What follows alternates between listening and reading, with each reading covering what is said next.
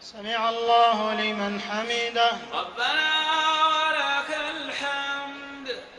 اللهم اهدنا فيمن هديت، وعافنا فيمن عافيت، وتولنا فيمن توليت، وبارك لنا فيما أعطيت، وقنا شر ما قضيت. لا إله إلا أنت سبحانك إنا كنا من الظالمين. سبحانك ربنا ما أعظمك، سبحانك ربنا ما أكرمك، سبحانك ربنا ما أحلمك. نستغفرك اللهم ونتوب إليك، نستغفرك اللهم ونتوب إليك، نستغفرك اللهم ونتوب إليك. لا مانع لما أعطيت، ولا معطي لما منعت، ولا قابض لما بسطت، ولا باسط لما قبضت، ولا مؤخر لما قربت، ولا مقرب لمن أخرت. سبحانك ربنا وبحمدك، لك الحمد حتى ترضى، ولك الحمد إذا رضيت، ولك الحمد بعد الرضا، ولك الحمد على كل حال. أنت الأول فليس قبلك شيء، وأنت الآخر فليس بعدك شيء، وأنت الظاهر فليس فوقك شيء، وأنت الباطن فليس دونك شيء. اللهم إنا نسألك الجنة وما قرب إليها من قول وعمل، ونعوذ بك من النار وما قرب إليها من قول وعمل. اللهم إنك عفو تحب العفو فاعف عنا. اللهم إنك عفو تحب العفو فاعف عنا. اللهم إنك عفو كريم تحب العفو فاعف عنا. اللهم إنا نسألك فواتح الخير وخواتمه وجوامعه، وأوله وآخره، وباطنه وظاهره، والدرجات العلى من الجنة، والدرجات العلى من الجنة.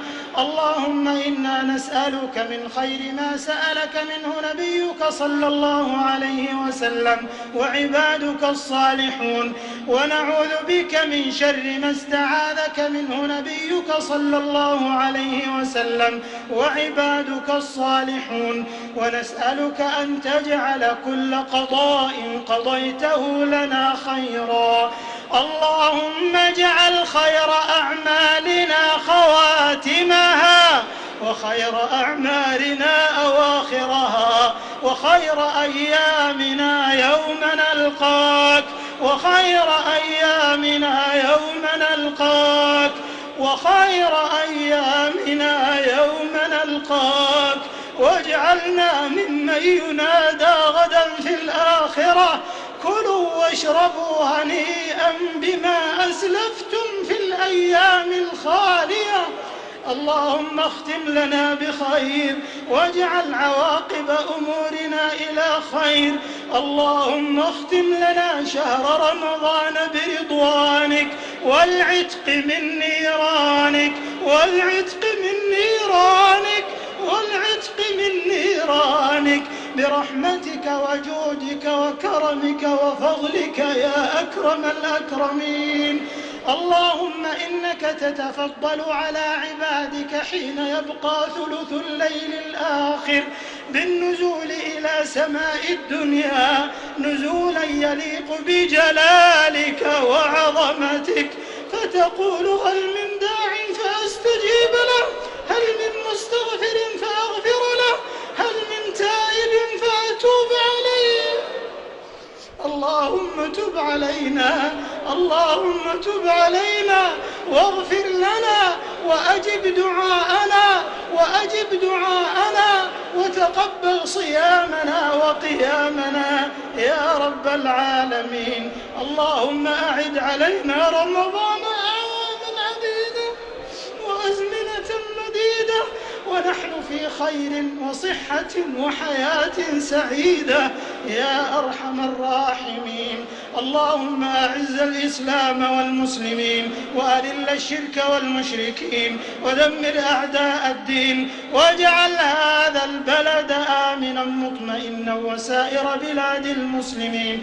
اللهم احفظ على هذه البلاد عقيدتها وقيادتها وأمنها واستقرارها وتماسكها ووحدتها ورخاءها يا ذا الجلال والإكرام يا ذا الطول والإنعام. اللهم وفق إمامنا إلى ما تحب وترضى من الأقوال والأعمال يا ذا الجلال والإكرام. اللهم وفق بطانته لكل خير. اللهم وفقه ونائبه وإخوانه وأعوانه إلى ما فيه صلاح البلاد والعباد. اللهم وفق قادة المسلمين. اللهم وفق قادة المسلمين واجعلهم على الخير متعاونين متضامنين.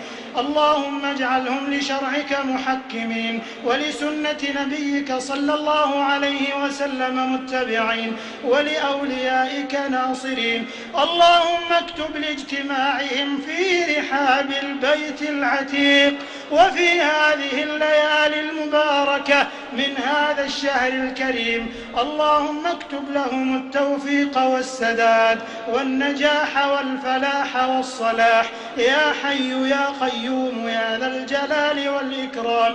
اللهم إنهم عبيدك. اللهم إنهم عبيدك قلوبهم بين أصبعين من أصابعك تقلبها كيف تشاء. اللهم فاقلبها لما فيه الخير للإسلام والمسلمين ولما فيه الخير لشعوبهم وأوطانهم يا ذا الجلال والإكرام. اللهم اجز خادم الحرمين الشريفين على اجتماع كلمة المسلمين. اللهم اجعل ذلك في موازين أعماله الصالحة واجعلها لوجهك خالصة يا رب العالمين. ربنا آتنا في الدنيا حسنة وفي الآخرة حسنة وقنا عذاب النار. ربنا تقبل منا إنك أنت السميع العليم وتب علينا إنك أنت التواب الرحيم واغفر لنا ولوالدينا ووالديهم وجميع المسلمين الأحياء منهم والميتين برحمتك يا أرحم الراحمين. وصل اللهم وسلم وبارك على نبينا وحبيبنا وقدوتنا محمد بن عبد الله كريم السجايا شريف الخصال وعلى آله وأصحابه خير صحب وآل والتابعين ومن تبعهم بإحسان إلى